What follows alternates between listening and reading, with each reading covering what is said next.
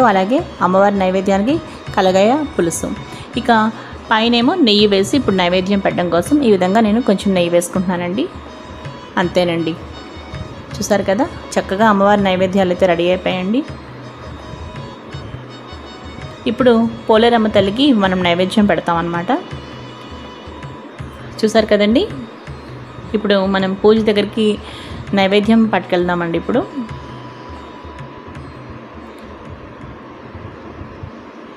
ఇక్కడికి బాల్కనీలోకి వచ్చేసామండి. ఇప్పుడు మనం ఇక్కడ బాల్కనీలో అరేంజ్ చేసుకున్నానండి ఇదంతా నేను ఈసారి. చూసారు కదా మొత్తం మీకు నేను పూజా విధానంలో చెప్పాను కదండి. కంద బచ్చలి మొక్కలకి అంటే కంద మొక్క, అలాగే కంద తల్లి మొక్క, పిల్ల మొక్కలు, అలాగే బచ్చలి మొక్క, బచ్చలి తల్లి మొక్క, పిల్ల మొక్కలు అనమాట. ఈ విధంగా మొత్తం అన్నిటికీ నేను మీకు వీడియోలో పూజా విధానం వీడియోస్లో చెప్పిన విధంగా పూజ చక్కగా చేసుకున్నానండి. ఆచమనం చేసి అదే విధంగా